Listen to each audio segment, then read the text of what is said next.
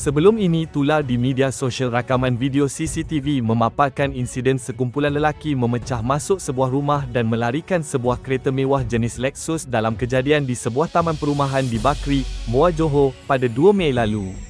Ketua Polis Daerah Muar, ACP Rais Muflis Azman Aziz berkata, pihaknya sedang menjalankan siasatan berhubung kejadian tersebut yang mana menyebabkan mangsa mengalami kerugian dianggarkan berjumlah RM230,000. Menurut laporan polis, mangsa yang berusia 38 tahun dimaklumkan mengenai kejadian itu oleh jirannya yang mendengar bunyi mencurigakan dari arah rumahnya ketika dia berada di tempat kerja.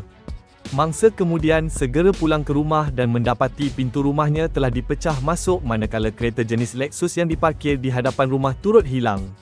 Siasatan awal pihak polis mendapati kejadian dipercayai berlaku kira-kira jam 9 pagi apabila suspek yang tidak dikenali memecah masuk ke dalam rumah mangsa sebelum melarikan sejumlah wang tunai dan kenderaan milik pengadu.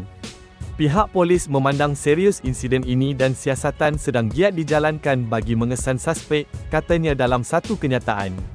Kes disiasat mengikut Seksyen 457 dan Seksyen 379A Kanun Keseksaan.